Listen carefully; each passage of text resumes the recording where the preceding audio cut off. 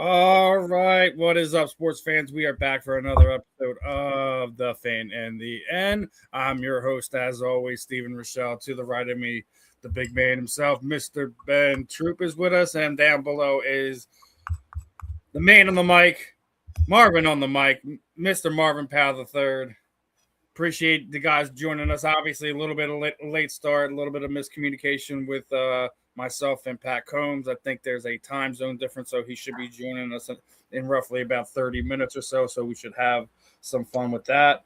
But as per usual, all our episodes here on The Fan in the End is brought to you by Fight Wax. Fight Wax is the ultimate skincare product. It helps treats cuts, swelling, scrapes, abrasions, rejuvenates, and restores stressed skin. Consumers have used for soreness, stiffness, recovery, designed for athletes and all active lifestyles. Your key benefits is providing an ultra silky, non-greasy feel, deep hydration for everyday skill care. Help fight dry skin. Customers have used for eczema, psoriasis, and other skin disorders, guys. And when you do place your orders, make sure you use that code South15FW. Show some love for everyone here, and show some love to Fight Wax. Now, let's kind of dive into some things here. Obviously, lots of stuff going on in the sports world, and we had the combine this past week, and I want to get your guys' thoughts on it. Who stood out to you? Whose stock went up? Whose stock went down? Let's kick this one off with Marvin. Oh man, there is a linebacker out of Ohio State. I think it's Sonny Styles is his name, and this guy, I think he was number one in like 3 or 4 categories at the combine for linebackers. He's a 6'4" linebacker. I know he's projected to go in the mid first round. He's a top 5 linebacker overall for the most part, and I believe at 240 pounds, 6'4", I believe he ran a 4.4. And which is, really impressive. Now, typically, I'm a guy who thinks they definitely overvalue the 40-yard dash. I do. I understand why they do it, but to me, there's really 2 things you need to understand. Number one, what does the film say?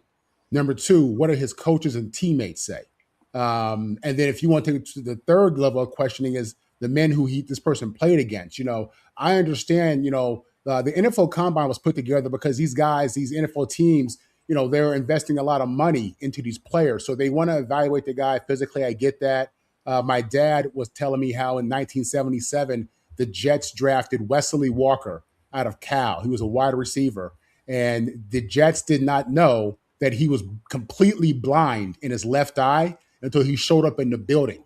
All right. And for reasons like that, they have the combine where you can get close to the player, sit down with them, bring your doctors in, go through his medical history, make sure everything's good, set up other visits as well. But the combine makes sense. But I think the 40-yard dash is something that they really overvalue. Again, Sonny Styles, and I hope I'm getting his name right. He was a phenomenal player. So he's a guy who, when you watch his film, you see his speed show up. In those situations, it becomes relevant, but, we've seen too many sports fans, players, coaches, scouts. We've seen too many guys go out there, run a 4.4, and, they out there looking like Tarzan, playing like Jane, So, yeah, Sonny Styles, Ohio State linebacker, he really had a day. This is a guy who I think he went from mid-first round to a potential top 10 pick, if not higher, just off of that, because what you see, in his measurables, they show up on the field, and that's just outstanding. So, and I think you had a few guys, obviously, we didn't get a chance to see Fernando Mendoza's throw. I don't know that he needed to. The reality is this guy went up against tough defenses all year long, and he put the ball on the money in real time, in the game, cold out there in Indiana, pressure down his throat. He's dropping dimes. So, I wasn't really upset about that. I will honestly say that this year I didn't watch as much combine as I used to. I'm a guy who I was a kid.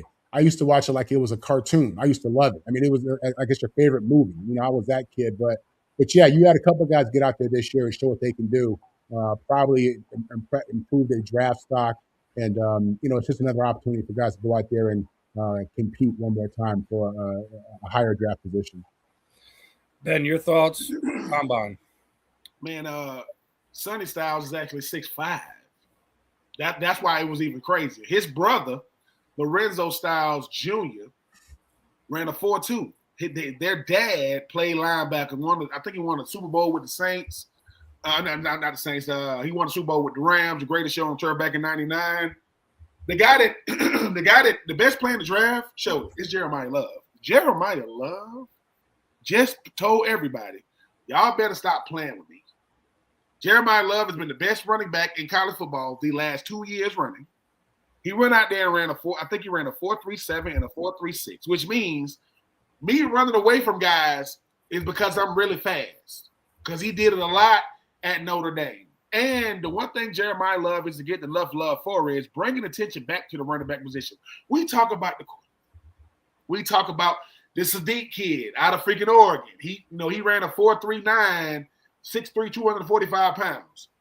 If fast guys gonna run fast, strong guys gonna lift heavy, explosive guys gonna jump high. If the tape don't match the athlete, that's the problem. That's what I be saying. I go, okay, that running back running the 4.3, why he keep on getting caught? Well, is the guy chasing him running the 4.2? That's what the combine. Why do D linemen run 40s? Why do O linemen run? If a D lineman, is running 40 yards, that's not good. He's chasing somebody. Now that 10-yard split, I get it, because you got to run that loop.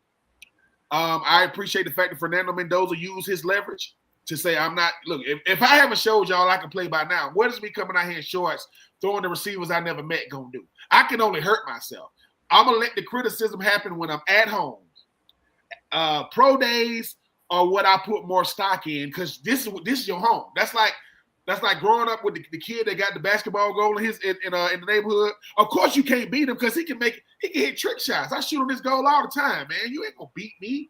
So I'm looking forward to the pro days, but this was one of the most impressive classes you ever seen, top to bottom. These guys, they came to put on a show. I know the Styles brothers did their thing, but so did the running backs, so did the receivers, so did the linebackers, so did the D linemen.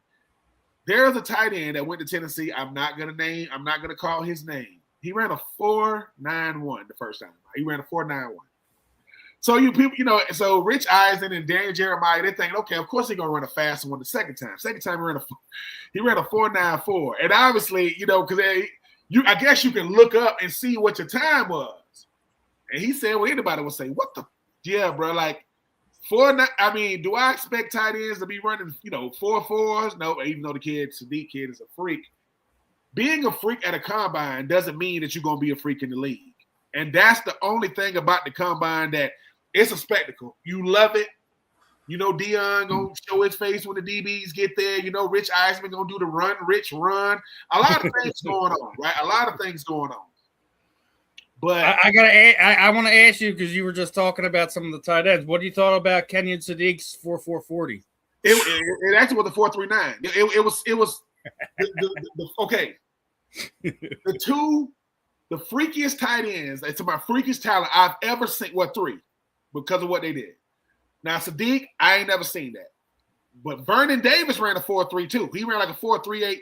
Vernon Davis, here's the difference. Vernon Davis was 6'3", 254, and he ran like a 4.39 or something. Sadiq, he's 245, 6'3", so he's a lot leaner, than a lot lighter. I wouldn't say leaner, a lot lighter, but that's impressive. Now, here's the thing, though. Here's the thing. Does he play like that? I know he had like 9 touchdowns last year at Oregon, because the best tight ends we ever seen, Gronk wasn't running no. Gronk was probably a 4.7 dude. Travis Kelce probably a 4.6 dude. And with the tight end being what it has become over the years, you're gonna play and plug that guy, and hopefully you can run your offense through him. But it was impressive to watch a lot of these dudes. Like it really was. Yeah. I think Sadiq is only like 20 years old. He ain't even 21 years old. And he's the real deal, too. He is. Here's the thing. My delusional butt dog, the Eagles might have a chance to get him, right? Yeah, not after that. He's going to be a top 10 pick, I guess. I was at the combine with Kellen Winslow, who didn't do anything. I didn't do anything either. But Ben Watson, okay. I was there with Ben Watson from Georgia. Ben Watson was about as impressive of an athlete Number one, he ran like a 4.5. He ran like a 4.5 40. That's already ridiculous. He was about 6'3", about 255. Ben Watson did 35 reps on the bench, and he racked it. He got 34, 35, and he ain't nobody touch it. So, but it's what he did. So you have to announce yourself. When you go on the bench, you have to say, he said Benjamin Watson. Number one, let me tell you what I appreciate it. Most guys named Benjamin, people call us Ben, which is fine. But at the combine, he said Benjamin Watson, tight end, University of Georgia. And people were talking. And he waited. And he said, Benjamin Watson. And everybody was like, stop playing with me. I need all eyes on me. This dude got to 20 and he's going. He got to 25 and he's going. He get to 30. He get to 35. They go 34. He go 35 and he rack it. He gets up off the bench and he looks at everybody like yeah. Then to show he got so the Wonderlic, which they don't make a big thing about it anymore. It's 50 questions. To this day, I don't know what I got on it. It probably wasn't good. I don't even remember these questions. This boy got a 49. Listen, Ben Watson got a 49 out of 50. So when someone asked him, hey, dude, why didn't you get a 50 out of 50? He said, I only had time to do 49 questions. I ain't get to the 50. I said, dude, please lead this dude. He stuck. So I'm just, to the young man out of Texas A&M, KC, dude, keep doing your thing, young. And the one that everybody has something to say because he stutter, what is wrong with us? So I have a stuttering problem. I have a speech impediment, and y'all trying to clown me about it. They clown, he was up there trying to answer questions. I'm happy. I hope that some billion-dollar organization gets behind this young man to be the face of this. You pay him millions of dollars just to stand up there and talk. Because when I got ready for the draft, I was in Kenner, Louisiana, which is a suburb of freaking New Orleans. I trained with Tom Shaw. We did more interview prep than the gauntlet and all that kind of stuff because it's so important to be able to sit in front of these coaches and GMs and presidents and assistant coaches, head coaches to sell yourself. I remember I was in there with the freaking Vikings. This one, Mike Tice was the head coach of the Vikings. And I mean, I'm like you, Marv. I know what these teams are doing or really not doing. And he in there talking. I'm like, and I'm being respectful. I'm like, hey, man, I'm 21. I'm not going to say anything crazy, but I'm like, you talking real big. The Vikings don't, that's what I'm thinking. I'm like, then I'm like, bro, you Mike Tice, right? Yeah, you coach the Vikings, right? Yeah. I said, you got Randy Moss and Chris Carter. Y'all still losing. I love to come there. Love to play in the dome. But let's not get it twisted. We know who the good teams are. So some of these, and I think that some of these players who going high, they be bombing some of these interviews so they don't get picked. I know what they're doing. Some of these dudes, they're like, hey, man, like the Browns, people probably bombing them. The Jets, they shouldn't do that, but they are because they're like, you had to throw the Jets in there, take the shot at Marvin. Because I got Marv on. If Kyler Murray isn't a Jet, I just see him with I see that young man and seeing what it's like to have the bright lights. I see Kyler Murray being a Jet, and I see Tua being a Falcon. I could be wrong, but I don't know. You want Tua on the Falcons? No. Well, I say it like this. It's not so much I want him, Marv. I got Michael Penix. And it's like both left-handed, right? Here's the thing. Kevin Stefanski is only a good coach when he got a decent quarterback. You notice that, right? He's not a good coach without a decent quarterback. Ain't nobody talking about him. It's not so much I want Tua. Okay, Marv, we go to the restaurant and we order a steak, and all they got is a Tua or a Mike Penix. What you ordering? I'm not saying both choices are good. I'm gonna put this out there. All right, we're bringing up Kyler Murray. They did inform him he's gonna be released. His exit post to the Arizona Cardinals fan base was actually beautiful. He basically apologized to the fan base. He wanted to truly be the guy to break the curse down there in Arizona. But I did hear a couple rumors. I did hear the Jets and us three. We'd already talked about that a few weeks ago. I also heard that he could wind up in Atlanta. Now, Kyler Murray. I've heard that too. But here's the thing about Atlanta. decision makers that y'all ain't had to deal with. I've had to deal with. Atlanta decision makers. I'm talking about the Hawks. I'm talking about the Braves. I'm talking about the Falcons. I mean, Marv, you know basketball. Marv, you know basketball. If the Lakers would have drafted Luka, if the Lakers would have drafted Luka, right? You'd have been that's a good pick, right? That's a great pick. Mm-hmm. They wouldn't have traded him for Trae Young, would they? They wouldn't have done that, right? That's what the Hawks did. The Hawks drafted Luka Doncic, and Speaking of the Hawks, what do you think of? If you don't mind, no, go ahead, brother. Go ahead. What do you think about the Atlanta Hawks having Magic City Night on March 16th, celebrating? What do you think about that? Let me. Okay. I look at it. I'm gonna give you the 43-year-old, a lot more mature. Married. It's crazy. It's crazy when I saw it. But thank you. It's crazy. It is crazy. But I will say this, Marv, you living in Atlanta. Atlanta is people don't understand how cultured Atlanta is. They will stick to. I'm not saying it's a good thing either. Now I'm saying that is how strong strip clubs are in Atlanta. I'm talking about the downtown. Once again, I am not saying it's good. I'm not. Like Magic City in Atlanta is like cheesesteaks in Philly. It is just a part. Check this out. This is no lie. The mayor of Atlanta, he went to Georgia Tech. This is a Georgia Tech man. When he was going through, he was trying to get elected. They asked him about Magic City and the strip club. And he said, man, listen. He said, man, it's about as much as a part of Atlanta culture as MLK. And no one better I. Now, I'm not, once again, let me say this again. I am not saying it is right. I'm not saying that. I'm not saying it's right. It's Atlanta. It is people saying, do you really think that if T.I. saw 50 Cent, he'll try to fight him? Yeah. I'm not saying he's going to win. I didn't say he's going to win the fight. Atlanta, people from Atlanta, you got the state of Georgia and you got Atlanta. Like, think about this, Marv. Have you ever noticed if you outside the state of Georgia, you tell people and you hear somebody say, wait, if you wouldn't say this, but if somebody said, where you from? You say, I'm from Georgia. Are you from Atlanta? Everybody knows Atlanta in the state of Georgia. They don't even know that other cities exist in the state of Georgia. The Magic City thing to me is wild because they're actually going through with it. Yeah. Like, I thought, hey, man, this ain't going to get no real publicity right now. This is happening.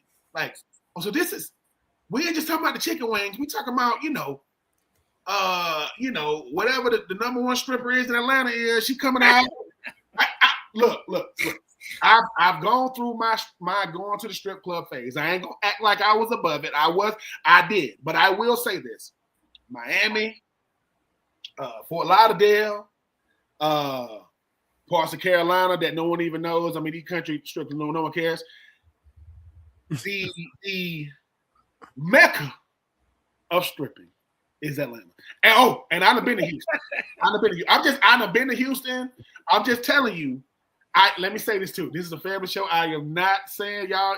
Listen, I respect whatever you want to do, but for those who don't know outside of Atlanta, Magic City is serious, man. It shouldn't be as serious as it is. It shouldn't be. But the NBA don't even know what it's really doing. You're shining light on something that this is the second largest pro sports league in the world, or even in America. We got Magic City Day, and to the player that came out and said something, I've seen Shannon Sharp and I've seen Chad Ocho and Joe Johnson. Look, let me say this again, because my pastor, my bishop might watch this show. All I'm saying is, if you ask the average person, no, that's not good. You ask the average young black man in Atlanta about Magic City. Either he's going today, or he's looking forward to going. Because they push it like that. They push it. And look, I know people gonna say, Ben, you lying. They got some good food, boy. I'm not gonna lie. Like I hear about it. This how crazy it is, Stephen. This how crazy it is. That's what I always hear. Stephen, this how crazy it is. The strip clubs got good food. They got. I don't know if strip clubs do. I know Magic City do. I don't know if strip clubs do. But they got. There are churches. No. There are pastors at churches that will go to Magic City. Listen, to just eat the food. They got their wife with them. It's look, man. If I wasn't from Georgia and understood, it would sound crazy to me. I think the NBA. Now here's the thing. I bet you they've been trying to do this now, but somebody said, listen, Adam Silver's smart now. That dude understands stuff that he probably shouldn't. I'm not saying he should do it. But this is what's not being said, Marv. This is what's not being said. I'm going to make you guys have an impossible choice right now. You don't think Houston feel a type of way? You ain't going to think Miami going to feel a type of way? You ain't going to think Ben. In the day and age of Epstein Island, it is absolutely ignorant that any executive for the Atlanta Hawks would sign off on celebrating a strip club when, as we do research into Epstein Island and understand sex trafficking, and this is not specific to this establishment, but you understand the amount of women who are trafficked through these type of entities. Okay. Absolutely. And when I heard it, and then we talk about celebrating culture. There are a lot of aspects of a lot of cultures that you shouldn't be proud of, Yeah. And of all the wonderful entrepreneurs and civil rights leaders, we just buried Jesse Jackson, for crying out loud. For all the people who have stepped up in Atlanta and have something to be proud of, I think it is a complete swing and miss and just a disaster of a decision to celebrate. They're gonna regret it now. They're gonna regret it, Marv. Listen, think about this, Marv. We have to live long enough to kind of see who we were before. I got to listen. This Marv got to look back at young Marv and go, dude, I was doing. You know what I'm saying? Like I was doing it. So, but here's the thing, right? Some of these executives, they want to be liked. So I don't understand that. They want to be liked so bad, not realizing that, bro, you could just say no. Because when you say no, it's over. I can deal with the backlash. And Ben, I'm not knocking strippers. I'm not knocking none of that in regards to how people make their money and how people want to entertain. It just shouldn't be celebrated at an NBA game. No. It really shouldn't. That's crazy. I mean, that's ignorant. People get fired for that. Speaking of crazy, I'm going to pose an impossible choice on you guys. Okay, you're gonna sort of hate me for this, but I still love y'all, right? So I came across this graphic, right? And this is an impossible question. I realize this, right? So we have a lot of great leagues and sports and things of that nature, right? So I came across this, right? Now, obviously, the thing is you can only pick 3, right? Now you have March Madness, NBA playoffs, WNBA playoffs, Stanley Cup playoffs, college football playoffs, NFL playoffs, Major League postseason, College World Series, Wimbledon, World Cup, Olympics, and the Masters, right? So basically all our big postseason for your major sports thrown in with a couple outliers, I guess you would say. You have to cut 9 and keep 3. So out of NCAA basketball, NBA playoffs, WNBA playoffs, Stanley Cup playoffs, college football playoffs, NFL playoffs, Major League postseason, College World Series, Wimbledon, World Cup, Olympics, and Masters. Easy. All right, so Marvin said easy, right? So I'm gonna go right to Marvin. Where are you feeling on this? Who's your 3 out of that list of what, 12? First of all, off top, if you know me, give me that foosball. Okay, I already knew you were going college. College and pro. Okay, off top. Okay, and then from there, I was looking at the Olympics, right? But I was like, nah, give me that World Cup. I lived in Miami for 15 years, and I lived through 2 or 3 World Cups. And I'm going to tell you something, man. You get soccer fever when it's World Cup time and you're in a city where they really celebrate the sport. That World Cup is huge. I mean, that's a big deal. I love watching the highest level of these athletes compete, and they get after it, man. I mean, soccer is a very physical game. These are phenomenal athletes. You have the best of the best represented at the World Cup. and it's just super competitive. And I just love watching those guys get at it. So yeah, give me football, give me soccer. So college football playoffs, NFL playoffs, and the World Cup. Yeah. Okay. What about you, Ben? That's a list of 12, and you can only keep 3. Okay. You already know NFL playoffs is in there. Like I ain't missing that. As a person, I'm gonna go a little different than Marvin. As a person, my first love was track, and then football became that. Like, to me, the Olympics. Listen to me, man. You got to do this. You got to do this every 4 years. So if I don't win, I got to hopefully be good enough. I got to do the Olympics, right? And my number 3. I know this is crazy because the college football playoffs is relatively new, kind of. March Madness, man. Golly, it's so crazy to me. I love what make March Madness crazy. I'm living in Jersey. Warren Buffett says, I will give $1 billion to a perfect bracket.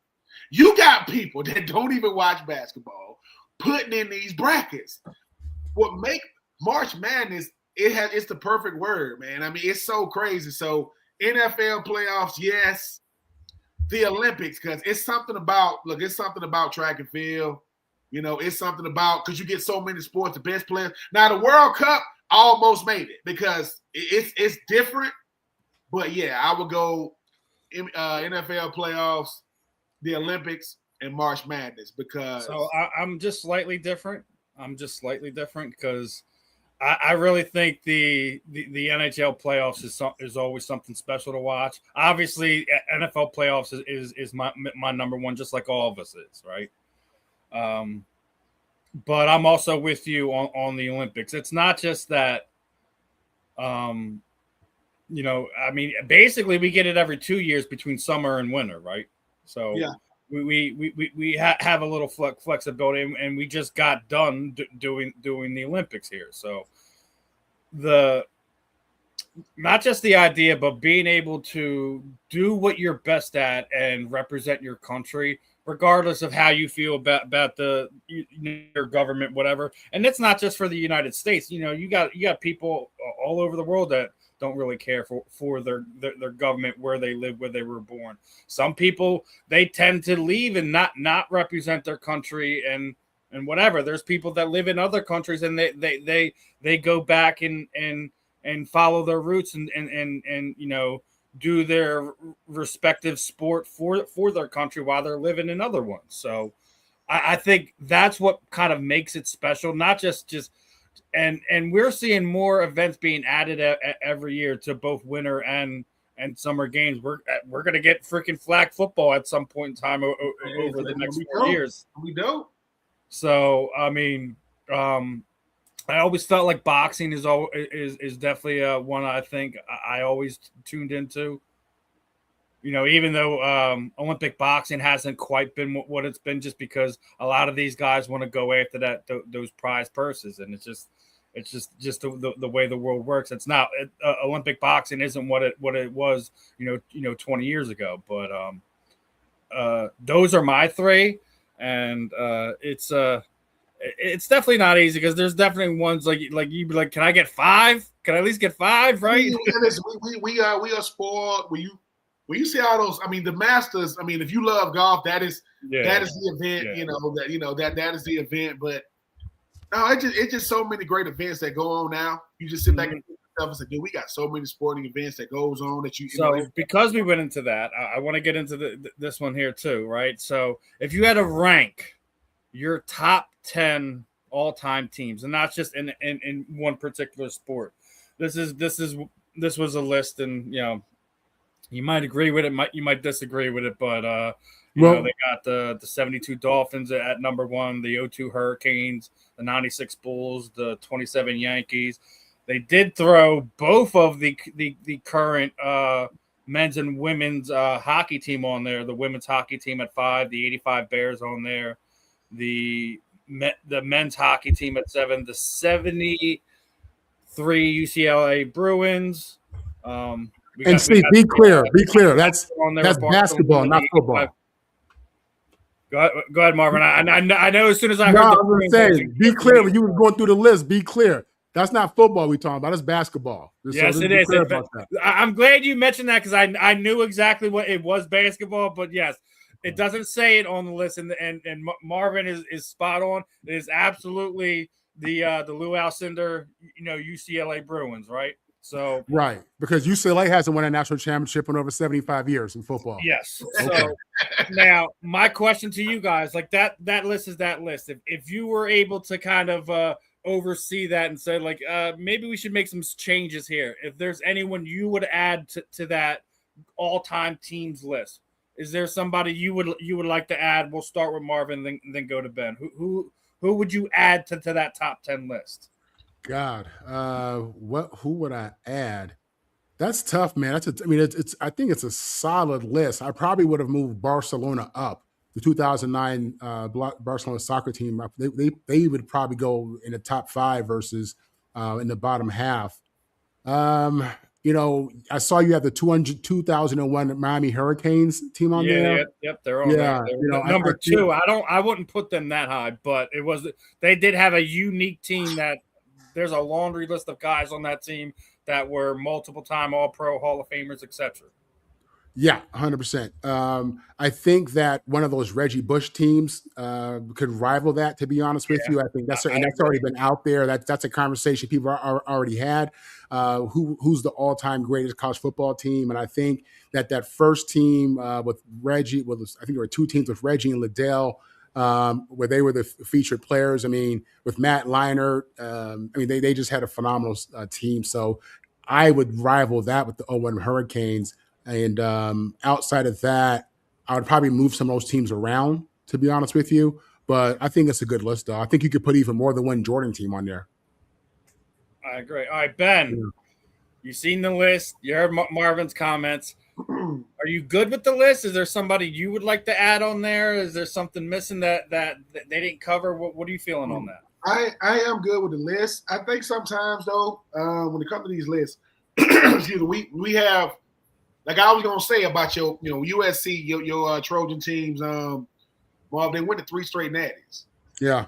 Right, they went to 3 straight. 100%. There is no world, and I hate even giving them love. There is no world that you cannot talk about the 2019 LSU Tigers. That team was ridiculous. How good they were. Randy Moss' son was the tight end, right? They were good, and I don't like, and I do agree. When it comes to those Bulls teams, because the Lakers ain't nowhere on there. You ain't got no Laker team on there. I mean, Kobe and Shaq went 3-peat. You ain't got none of those teams.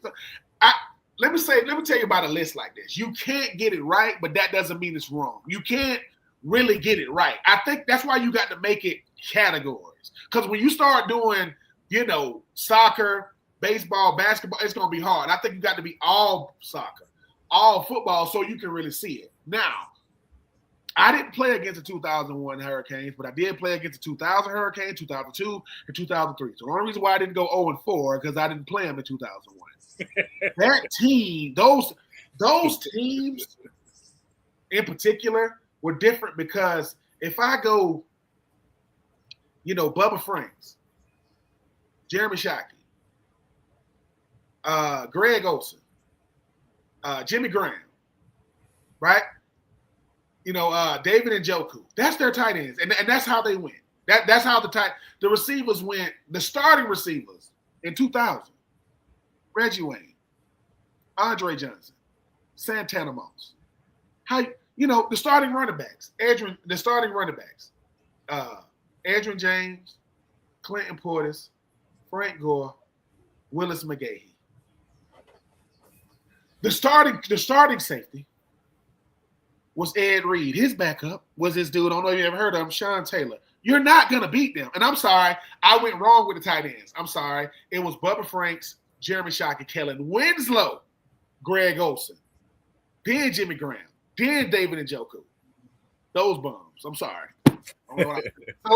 But I will say this. we don't fully appreciate the SC teams because they were that good. Like, you just cancel them out. You shouldn't do that. If we're doing the best duo running backs, and I played against some of these dudes, the best duo of running backs in the backfield. I played against Cadillac Williams and Ronnie Brown. That's the number 2 overall pick. That's the number 5 overall pick in the same backfield, right?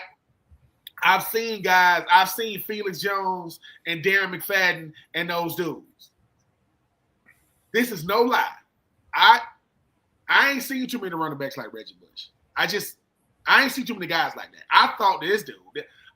Let me tell you how good they were. Back when ABC Sports had the number 1 game in college, it wasn't ESPN, it was ABC Sports. Lynn Swan, I know this personally because he was doing the games. We used to watch, 3 hours away. We still watching these games. It was like this. I want to see what's up with these dudes. Who is this? How you say his last name? Palomalo. How you say that? Troupe Palomalo. I know how to say it now. When we was watching it, we like, how you say his name? The dude with the hair. Then they go from here to Taylor Mays. So, I'm very, very biased when it comes to college football teams because you talk about the best teams and you talk about, quote, they ain't amateurs now. You talk about semi-pros. That's what I call college athletes versus pros. I mean, it's like I said, it's gonna be hard. It's gonna be hard to do that because some of these teams have never got to play each other. And if I put the SC team on there, I got to put that Vince Young team on there because they dethroned them beasts. You know what I'm saying? Like, it's too many teams, man. But I like the list. There's a lot. It's a lot of teams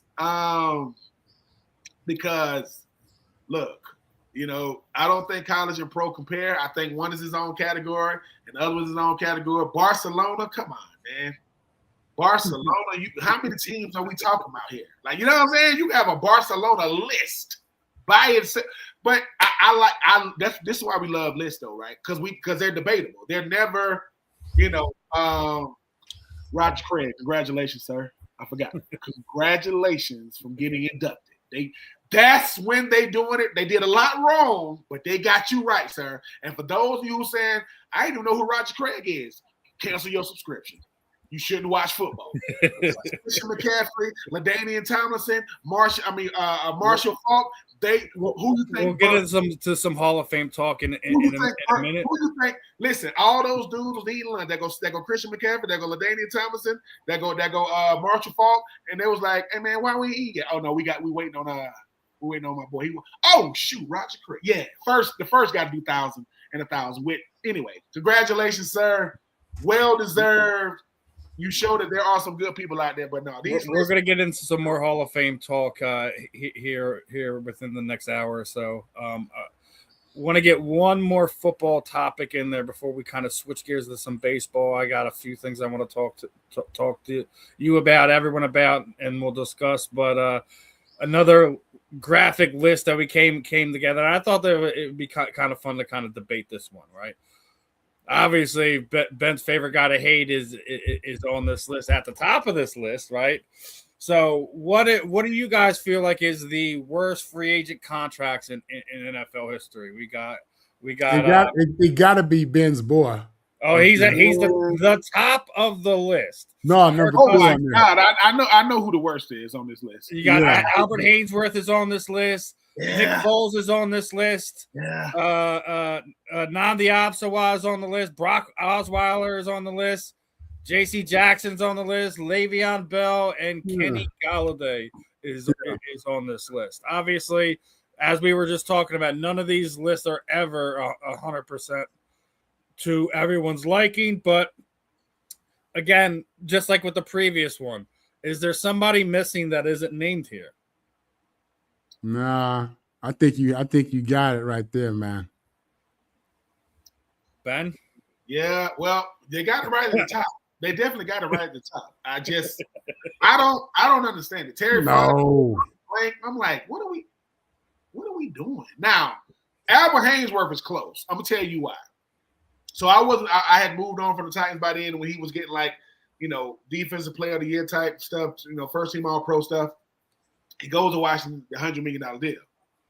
But he's a 3-4. No, he's a 4-3 D tackle. They moved him to the 3-4. So they moving him to something that he doesn't do, right? Mm-hmm. And D'Angelo Hall, the guy I got drafted with, they were just talking about how Albert used to do, man. Like he just lay on the field. He would just lay on the field like he hurt, just all kind of crazy stuff. Failing his conditioning test. But the worst one on this list is Le'Veon Bell. Le'Veon Bell, remember, Marv, he skipped the whole year. I'm not going to come to Pittsburgh to go to the Jets and look like that. So I'm not going to take $16 million to do nothing, to go to the Jets. And now I played with Nnamdi Asomugha when he was with the Raiders. Played with him. He is a bump and run corner. He is a in your face. They made him play zone. He got real regular, real fast. Love Nnamdi. And listen, Nnamdi don't care about what I'm saying. Nnamdi Asomugha is married to Kerry Washington. You think he care about what I'm saying? Love him. But it's like where you go has a lot to do with the player you become. When they put you, so yeah. I mean, but the Kirk Cousins, no, the Brock Osweiler one is awful because he got his money because he helped Denver kind of stay afloat when Peyton Manning was hurt. So they re-signed him, and Nick Foles got signed to go to the Jags off of a playoff run. They signed him to all that money. After that playoff run, he won a Super Bowl. Super Bowl? What you mean playoff run? Super Bowl. Hold on. I'm not Nick. I'm not down. All right, Marv. You are the GM of the Jags. You see what he did in the playoffs. You see him winning the Super Bowl. You gonna sign him to that big deal? I'm just saying, when you ask which is the worst deal, I could justify a team giving the Super Bowl champion quarterback, a Super bag. Bowl MVP too. Exactly. You know what I'm saying? But Ben, without question, the dude on that list that's number one is Albert Hainsworth. It's bad. It's bad. Listen, it's one thing if you out there, and you struggle on the last run of your conditioning drill. You're doing, however many gassers. Yeah. The last one, you don't make the time by a half a second or something like that. Okay, this dude, he wasn't even in shape to do the test. It was bad. You know what I'm saying? Like, that's bad. That's bad. I've had dudes tell me that I've had veterans tell me. Now, my dad didn't feel this way. My dad, he stayed in shape year round. He took the offseason very serious. Mm-hmm. But I've had, when I was in the league, I had dudes tell me that training camp is where you get in shape. You know what I'm saying? And I never really bought into that or thought that was the right thing. This dude, he wasn't even in a position to try to take the test. No, this was a medical risk. It was the worst. You know what's crazy? When Albert Hainsworth was with the Titans, I played with Albert for 4 years. Albert, to me, when Albert Hainsworth wanted to play, there's nothing you can do with him. There's nothing and Albert know this, man. I was on that Titans team when Albert Hainsworth stomped on the head of the center from Dallas. I'm on that team. We on the sideline watching, right? Because myself and Aaron Kennedy, the starting tight end, we had a show called Hang Tight with Aaron Kennedy and Ben Troupe. Now, we didn't do no intros, outros. We just kind of talking to the fans. And the crazy part about it was when that happened with Albert. I didn't see it on the field because I'm like, why they pushing him and all that? So when the Jerome, can't remember his name, when he stood up, he's bleeding. I'm thinking, what happened? So we looking at the Jumbotron, and when I saw it, it's like I know that didn't just. I'm like, what? We like, oh, like the whole crowd was like, what the? So when Albert became what he became and got that $100 million out there, that's a big deal. A D lineman getting $100 million, that's a big deal. But then it was so bad when he went to Washington. Like, how in the world does a free agent, a rookie free agent gonna pass their test? You're $100 million dude. And didn't Mike Golick go out there and do it? I think he did and passed it. I'm like, dude, that's it. And he said, look, I'm gonna really run the test. At the same time, it's a high level. Sports are very simple.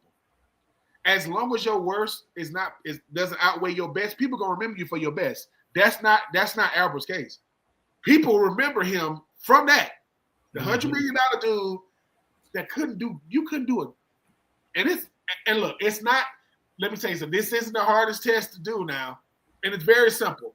You got to do 300 yards in under so many seconds. And if you went to the offseason program and said what they did with the Titans, you get to run 50 and back, 50 and back, 50 and back. Now, if you didn't have good attendance, they make you go 25 yards and back. That's awful. 25. So for Albert, you had to run 50 yards down and back 3 times, twice, and you couldn't do it. That makes Coach Hazlitt, who was I think the head coach at the time, look bad. That make Snyder, who was the owner at the time, because I'm like, I think it was Shanahan, right? I think Shanahan was the coach. Hold on, hold on. I think it was Hazlitt. I don't think it was Shanahan yet. I don't think it was. I tell you what, if it's Hazlitt ain't no joke. I had him in New Orleans. Let's see. I like Jim though. He was cool. Hold on. Who coached? Traded me though, but that's okay. Who coached Albert Haynesworth in Washington? I mean, it was. I remember my mom and them asking me, "Dude, what's wrong with Dude, it was Jim Zorn. I think it was Jim Zorn. Quarterback? Okay. But it is Albert Haynesworth for this reason. Albert is in his prime. Like, this is his second contract. This is coming off his rookie deal. This is because the Titans didn't want to give him no $100 million because they've dealt with him for like 5-6 years. Like, we're not giving you $100 million for you to decide you don't want to do it. And the greatest FU you will ever see in your life is a $100 million professional athlete, all pro, by the way, that ain't in shape. That's a part of your job. Yeah, man. It's, Le'Veon Bell, Nnamdi Asomugha, Brock Osweiler, all the Nick Foles, even my favorite cousin Kirk. Kirk Cousins is the worst contract. Kirk Cousins is the greatest bank robber we've ever seen. He robbed the bank and trust of Arthur Blank, and he got $90 million in 2024. People. He put up numbers though, dude. Look. You know what's crazy? He put up numbers in Minnesota. Look. Terry Fontenot, for those who don't know, Terry Fontenot, the former GM of my Falcons, he became who he became when he was in New Orleans. He was a GM, and he got Drew Brees. And you see what they did for about 19 years, right? You see what they did. He likes veterans. The difference is Drew Brees was coming off his rookie contract when he left the Chargers, and Phillip Rivers was behind him, who was gonna precede him. Nick Saban was the head coach of Miami at the time, and the trainers in Miami didn't. He failed his physical. So he left. So Nick Saban was the head coach in Miami. Drew Brees is there to do a physical. The trainer said he failed his physical. He went to New Orleans and he passed his physical. That's how he ended up in New Orleans. So Terry Fontenot, he likes, quote, veteran quarterbacks. To me, you got two kinds of veterans. You got a young veteran and you got an older veteran. Drew Brees is 25 years old when he get to freaking New Orleans. Kirk Cousins like 38 years old when he get to freaking Atlanta, and you give him 100. Anyway, Kirk Cousins in 2024 threw 9 touchdown passes against the Tampa Bay Bucks with no picks. That's how good he was against Tampa, and they didn't make the playoffs. So we got our guest in here, so it is time for baseball, fellas. Football's over. It's time for baseball. Mr. Pat Combs is in the house. Pat, how we feeling this afternoon, my friend? Hey guys, doing great from Dallas, Texas. It actually feels like spring. It's baseball weather. Yes, sir. I'm jealous because it's still freezing in Philadelphia. But there's a few things I want to talk to you about. One thing I just found out over the past week, being that you were one of these guys that played in Veteran Stadium. I kind of want to get your thoughts on it first, Pat. I put it in there. I don't know what you've heard about it or if you've heard about it at all, but the Philadelphia Inquirer had found dangerous chemicals in the AstroTurf of the now demolished Veteran Stadium. 6 players who played on that turf, Tug McGraw, Darren Dalton, Vukovic, John Oates, Ken Brett, and David Worth, all have died from aggressive brain cancers in their 40s and 50s, right? So even more alarming is all those 6 guys I just named all died from glioblastoma, right? Right. So when they demolished the stadium, the Phillies has sold off pieces of the turf in 4x4 bags. The Inquirer hopped on eBay and bought those samples and had them analyzed by 2 different labs. They found 16 types of dangerous chemicals in the turf. They are referred to as forever chemicals because they don't break down in the human bodies for years. The U.S. federal government estimates that over 20,000 artificial turf fields that use the same type of turf that the Phillies did during that time had found forever chemicals, and they still exist in the United States today. I haven't really heard a whole lot of media outlets or anybody running with this story. So being as a former player who played at Veterans Stadium and was a part of the organization that had that type of field on it, I want to get your thoughts on it first. Yeah, I mean, it's not the first time I've heard about that article, but yeah, I mean, I guess the good thing for me is I didn't have a chance to plan up very long. So yeah, but yeah, I mean, the link to it, that's a little bit scary if they can find the direct link, I mean, I don't know how you do that with people obviously who are gone now, and how would they be able to gather a sample or anything to try to tie it directly back to the field. But yeah, it is kind of scary when you think about it that we've had 5 or 6 people that have passed away from that aggressive brain cancer, and was the turf maybe a reason or a cause? I mean, we already have everyone who's played there always had jokes about there's rats as big as dogs in there. I had Tommy Green on a few months ago, and he used to see yeah, all manners of creature crawling around the vet, and it just I'm trying to make light of it because it is, at the end of the day, it's not a funny situation. We lost a bunch of people, and I think it's 2 of the names on there. Darren Dalton, played there a lot. Tug McGraw played there a lot. Both as a player, right, and as part of media, was in that stadium an awful lot, and both of them basically dying from the same type of brain cancer. It does raises questions in my opinion. And I think, I was talking about it with, my other coach on one of my other podcasts. It's funny that it's only Phillies players because you guys are in that stadium the longest, where the football players, they only play, 8 games a year, where the baseball players, you guys are there, 82 games?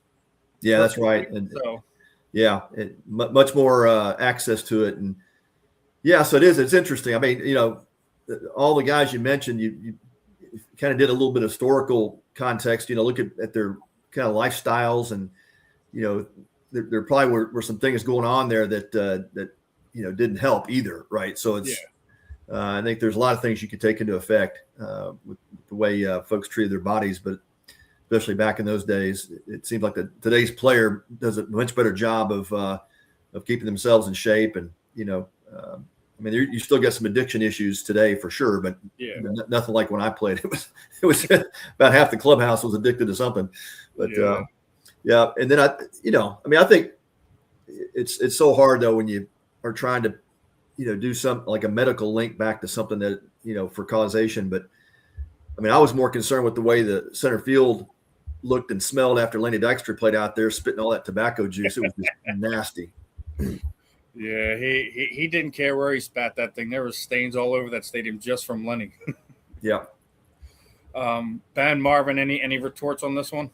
I mean, Pat, you mentioned back when you played, it's how much when you think about the, I guess, the culture of baseball, how much does something like this still kind of not get enough attention because maybe the culture of baseball is saying, look, does it just happens, or is it just when you start talking about professional athletes, man, I mean, baseball, it's hard to keep up with what everybody's doing. Does it have to be a big name player to have something bad happen for baseball to care? Or is it just, as long as Shohei is Shohei, it's not really gonna make the news. Yeah.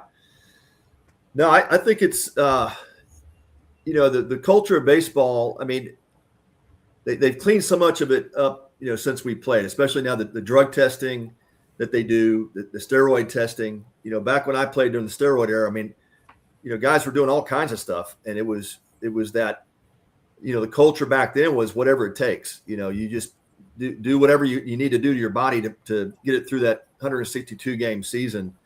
And that, you know, to me was part of the danger of watching guys, you know, treat their bodies the way they did for, you know, 5, 10, 15 years into their careers. And then we started seeing, you know, obviously the post effects was the steroid usage, you know, guys breaking down sooner, you know, tearing muscles that they shouldn't have torn, and, you know, ligaments, and I mean, just all kinds of damage to their body because of what the steroid was doing. So, yeah, but I mean, you know, you didn't really hear about the dangers of it, right? There wasn't, like today, we all understand, you know, what's going to happen if you abuse your body in that way. And so there was, I think, a lack of education, lack of awareness.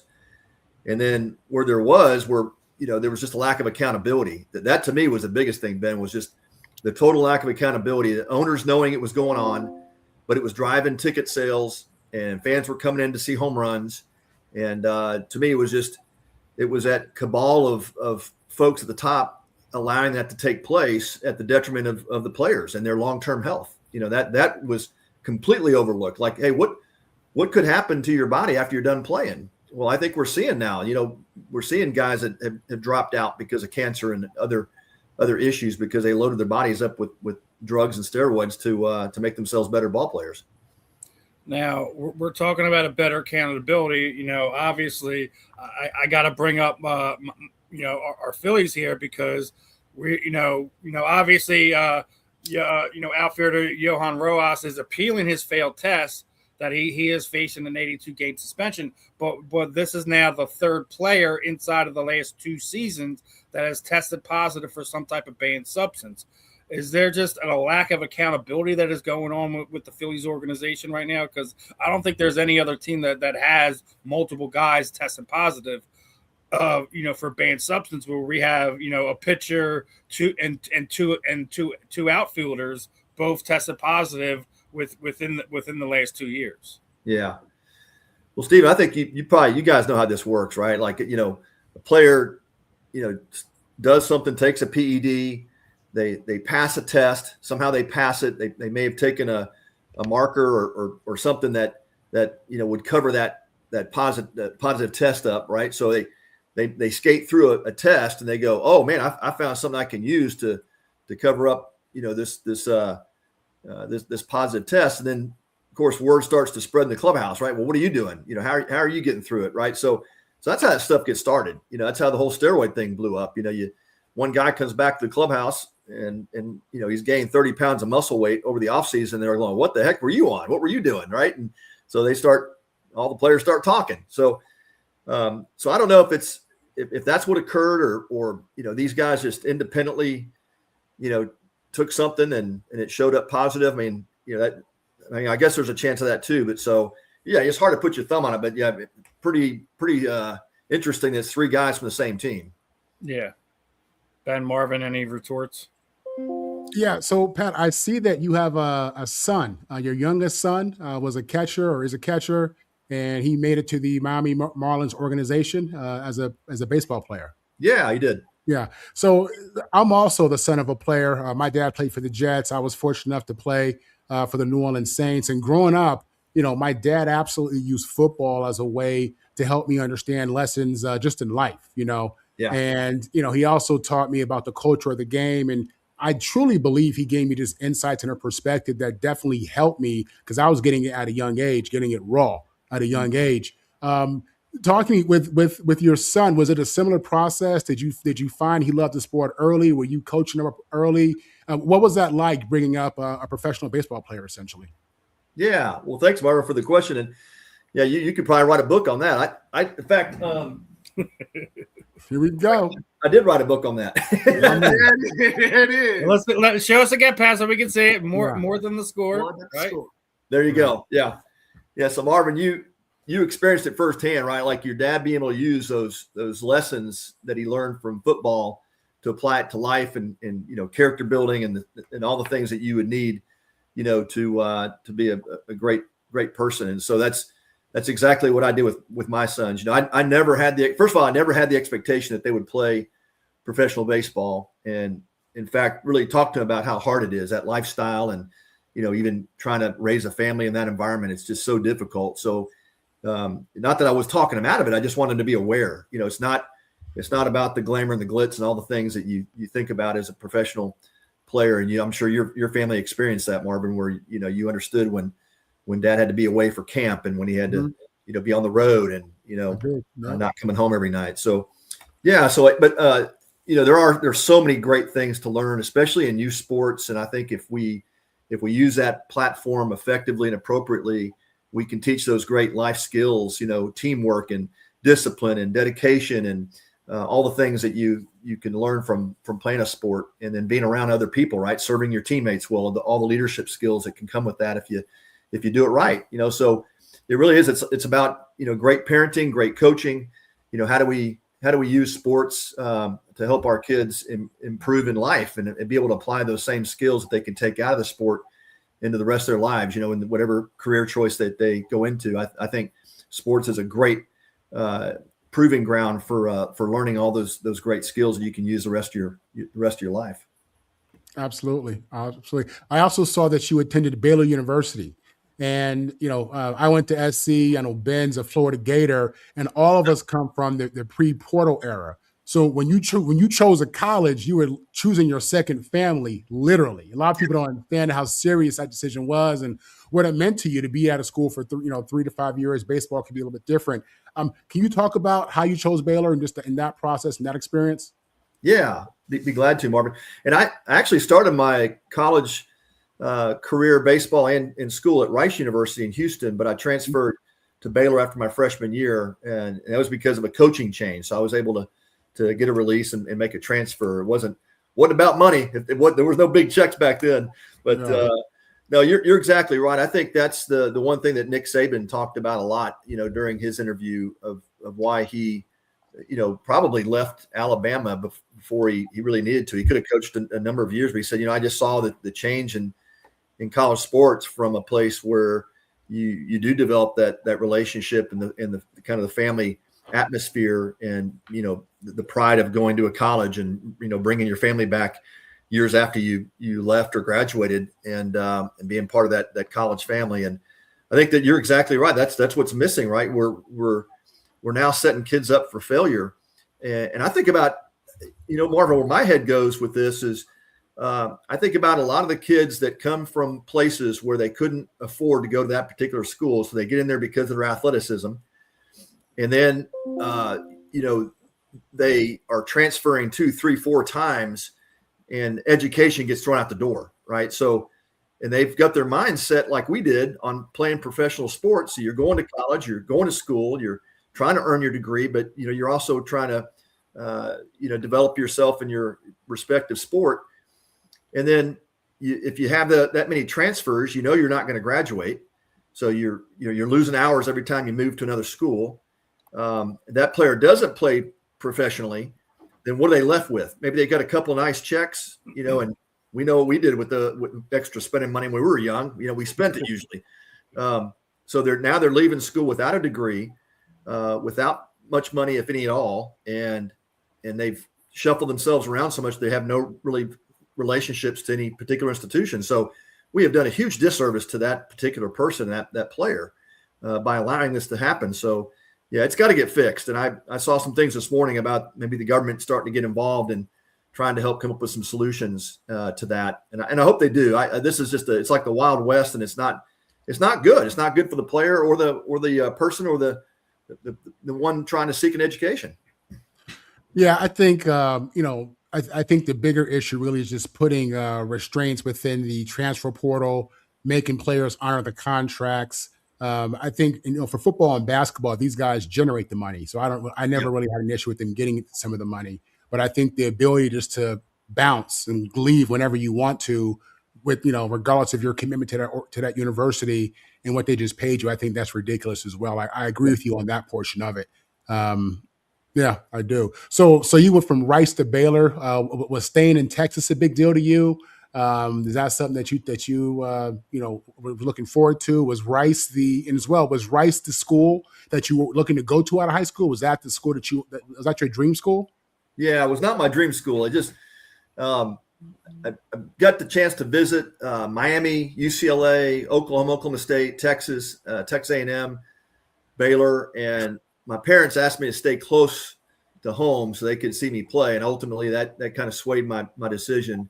And then when I got there and had the experience I did, I said, I made the wrong decision. I need to make a change here. So thankfully it worked out. I went to Baylor, got re-recruited by all those other same schools, but I chose to go to Baylor, and it was that was a great place for me. It was the perfect fit.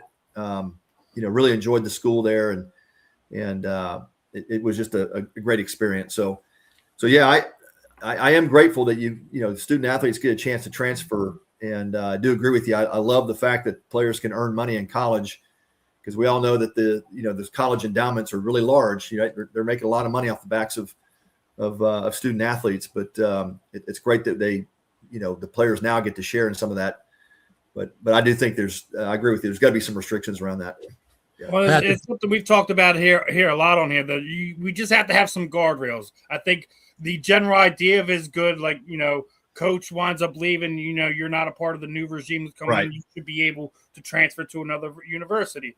And even to Marvin's USC guy, what they did to Reggie Bush was absolutely criminal.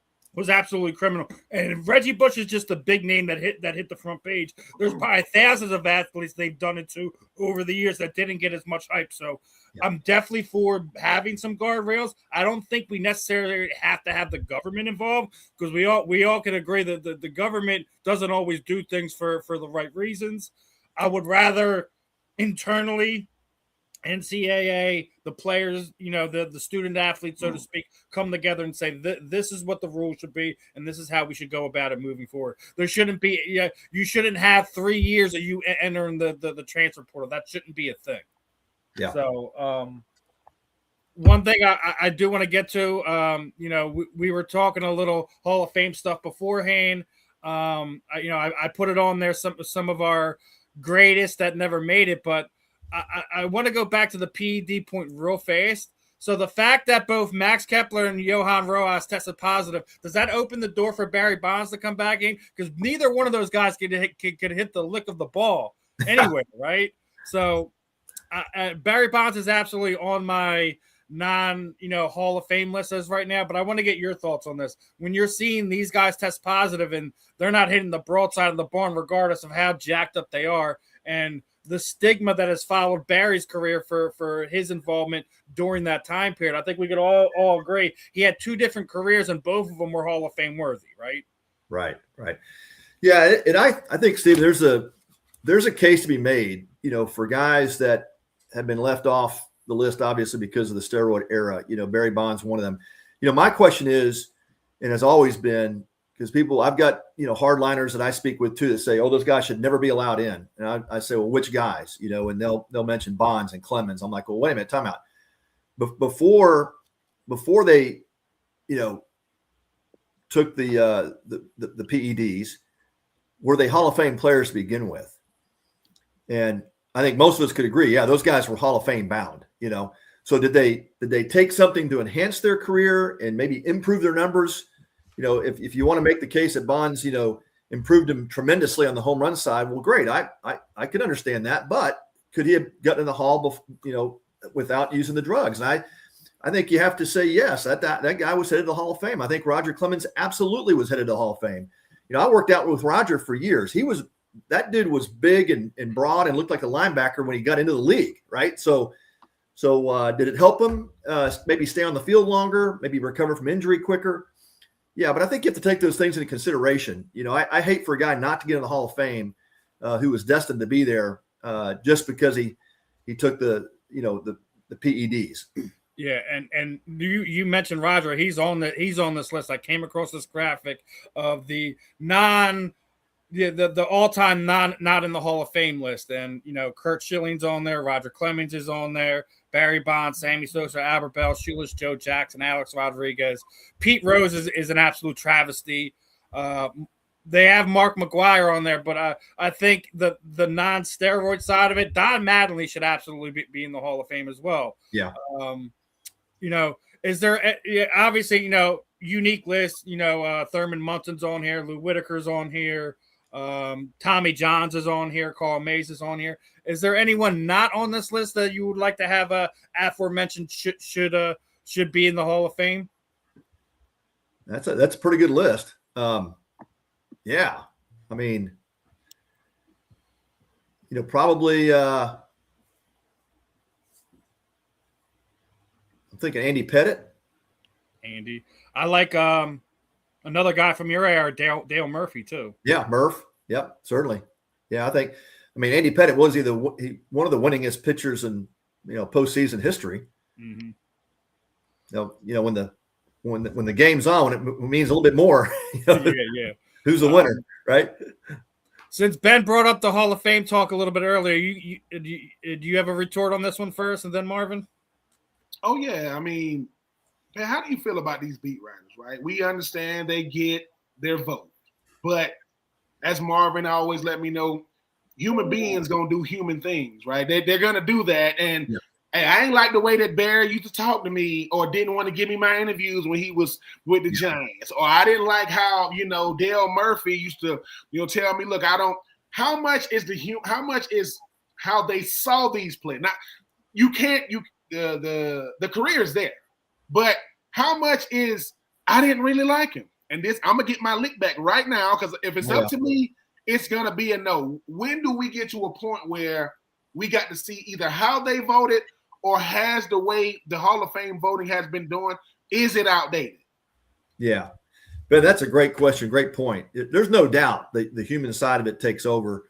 And, if you want to just use Barry as an example, I mean, he was not the most pleasant guy to be around, right? And he treated reporters terribly at times and, would dog them for their questions. But, yeah, so there's absolutely a human element involved there. And which goes back to like the makeup of the voting booth, right? Like who do we have that's voting for these guys for the Hall of Fame? Well, it's all sports writers. Well, why do we have just sports writers? Why it should be managers, coaches, former players, right? I mean, that to me makes the most sense. The guys that were in the game, that played the game, they should have a say in who that they think the best guys are. And now I know what they'll say. Well, you those guys can be influenced. Like, if you played for a manager and you're calling your manager, say, hey, would you vote for me for the Hall of Fame?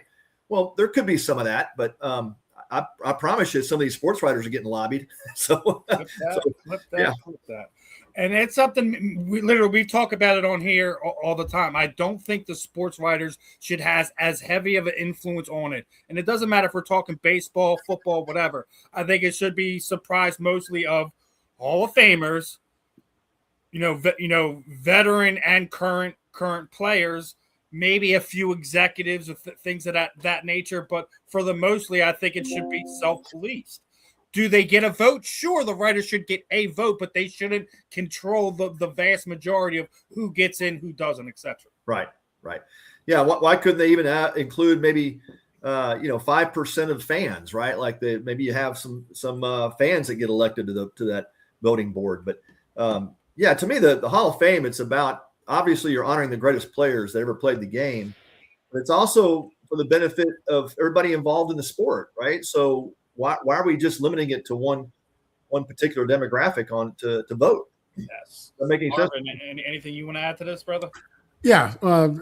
Technology in baseball. Listen, I grew up watching the late 80s Yankees, early 90 Yankees, Mets as well, growing up in New York. And then watching the Dodgers when I moved out to California for high school and college. And I like the idea, old school baseball, the calling balls and strikes. If he gets it right, he gets it right. If he doesn't, he doesn't. It's human error is part of the game. What do you think about the reality of technology really impacting baseball and possibly removing, umps and just people from the field and relying on technology more? Do you like that, or do you like the human error that's part of the game? Yeah, Marvin, it's a great question, but we can talk about this for hours. I'm a traditionalist. I love the human part of it. And, I've got a really dear friend, Ted Barrett, who was a 32-year Major League umpire. And Ted and I serve on a ministry board together. And, And I've asked Ted the same question, and Ted said, look, our goal is always to get the call right. That's why we would come together and have discussions about it. Did you see a different angle than I did? And, but I love that part. That's the part of the game. And I think the fans enjoyed that as well, and what do we miss today? We miss those ejections, like when managers get fired up and go out and get thrown out of a game. That just brought a lot of energy to the field. And we loved it when our manager was, had our backs and sticking up for us and would get into those arguments. And that to me is just we're losing that part of the game. Now, I understand why we've moved into this technological realm, when you consider all the money that's being won or lost on games every night. And now that we've discovered it's even on, pitch by pitch, play by play, I certainly understand that, because you could say, somebody loses, a ton of money over a bad call. And that, I'm sure, would have an effect on mental health issues and all kinds of things. But, so I get it. Like doing the ABS system this year. I mean, is that really going to work? And is it going to slow the game down too much, or is it going to help increase the, making the right calls with pitches and all that? But you every time you change a rule like that, you think about the consequences of the game. For years, catchers were taught how to frame pitches and win pitches for their pitcher, and the really good ones would benefit from that. You would have backup catchers that would catch certain pitchers on certain staffs because he was really good at working with that particular pitcher. It could buy 6, 7, 8 strike calls a game. And so now that's thrown out the window, right? So that again, every time we introduce one of these technological changes, we have to look at the impact on the game. And has it changed the game too much to where it's taken that human element out of it? And I would say, yeah, it has. I really miss kind of seeing some of the great arguments and the things that involved, the people side of the game. Thank you. Get it, man. Pat, we're gonna put in for you to become a voter if you got yeah. because here's the thing, right? Nate, how is it? For the life of me, how is it the people who played the game, don't have no involvement when it comes to the ultimate enshrinement of going to the Hall of Fame? It's the people who wrote about the game. And look, I get that things have their place. I'm not saying that they don't, but there is no world that Barry Bonds is in the Hall of Fame. There isn't. I don't care what world we're living in. This could be an AI generated world. Barry Bonds can come back an alien. He is in the Hall of Fame. They're chilling. He's in the to me, Hall of Fame is a guy that's on the edge, not a guy who's bona fide. What? Barry Bonds in. Let's move on to the next. Do we even got to vote? No, you vote on if we all at the board meeting and we can't decide what we're going to eat. It goes to a vote. Is it Chinese? It's not.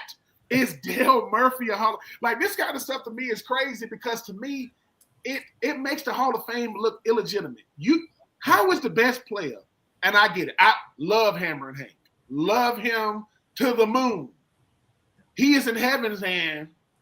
Why ain't Barry got it? I don't get how that's even, because it makes the game of baseball look crazy, because it's like, who are these beat writers? Like, who are these people who have the ultimate? Because I go, do you like being a beat writer? Or do you like being a voter? Because it sounds like you like to vote just to cause controversy. And I'm so happy he's in. To all the Andrew Jones haters, what do you have to say now? I kept saying, I don't know who the greatest center fielder is. I know who's one of them. I saw him. I'm a Braves fan. So I saw Terry Pendleton and Tom. Don't get me talking about my Braves team that could do everything but win the World Series. Love them, couldn't win it. I'm just saying, when do we get to a point where we say to ourselves, this is ridiculous? Like, wait a minute. Has anybody ever got voted in that took PEDs? Yeah. So what are we doing? Has anybody ever? Yeah. Right. So why is it now? And not to jump on your Phillies, Steve, but are we talking about 3 guys getting called out of all the play? That's progress. 3 guys out of all the guys. Barry Bonds, to me, was built to play baseball. He came out the womb swinging. Like that dude could just, even if I'm not the greatest Barry Bonds fan, but I got to respect what he's done. Kurt Schilling, like, what are we? Come on, like, this isn't even real. I'm like, so another 2026 or 2027 is going to come and go. The most egregious person on that list is Pete Rose. I do not like the fact you waited on this man to take his last breath, and now I don't like that. I don't like that one bit, because if he's good enough in death to go in, he was good enough while he was living. Yeah, we don't got to like what he did, but I just hope, I'm going to say, listen, we're going to institute the Pat Combs. We're going to institute this new rule to where we call it, Pat, you didn't know this, but myself, Steve, and Marvin, we represent the Common Sense Competitions Committee. We haven't got the LLC. We ain't got it official yet, but we're going to be able to walk into these meetings when they vote, and I'm going to say, who are you?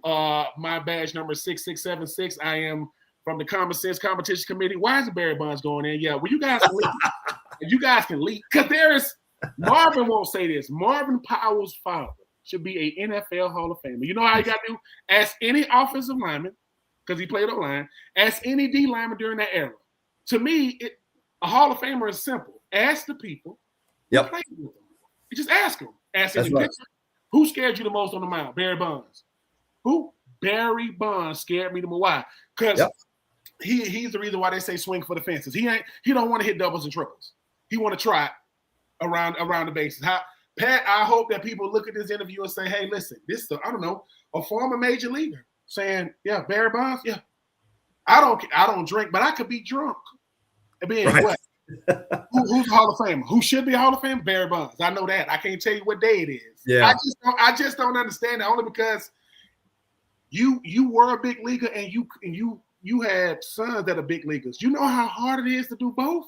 Right. But then your son has a Barry Bonds career and they ain't voting him in. You're gonna be like, wait a minute, because it's so hard.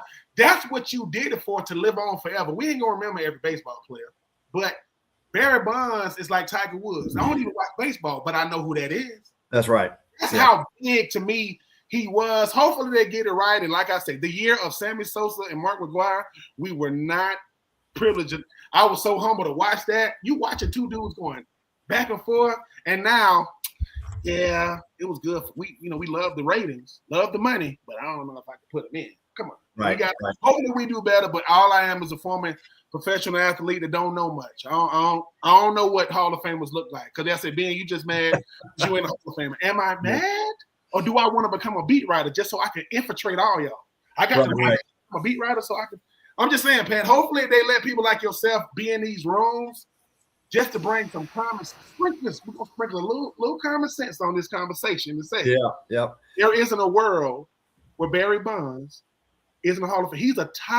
He's on the Mount Rushmore. That's why they won't do one. They're not going to do one because his face got to go up there. Right. I don't know. Maybe. Well, yeah, Ben, you think about the people that are entrusted, right, for those votes, the sports writer. I mean, outside of Paul Hagen in Philadelphia, man, those guys were mostly curmudgeons. Like, they were just difficult. I mean, you wouldn't want to hang with them. There's not people you want to hang out with. And so, you just got to look at if you're the baseball commissioner, you have to seriously look at that and say, what would be the reason we would continue doing it this way? And then list out the reasons why you wouldn't. And I can give you a ton of reasons why you wouldn't. But yeah, it's always been an amazing thing to me that, you've entrusted some of the biggest decisions of the game. Like you said, the guys are going to live on in infamy. Like, they're going to have their face, in the Hall of Fame for forever. And you go, and we're letting this one group of people make all those decisions. I mean, that just blows my mind. Yeah, it's just crazy.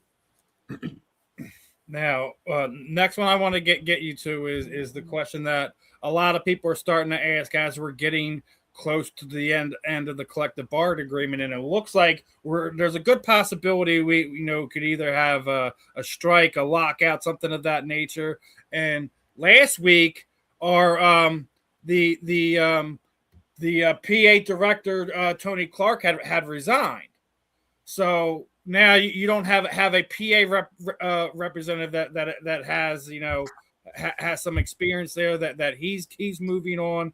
You have a lot of questions surrounding if there's going to be a collective bargaining agreement made. I think that Rob Manfred dropped the ball and not trying to get the Players Association to sit down before spring training this year. So I think there's a very good possibility that if you don't have even an idea of how far you are apart now, I don't think you're gonna really grasp where these players are going, and the Players Association are going to be sitting when we come to the end of this in December.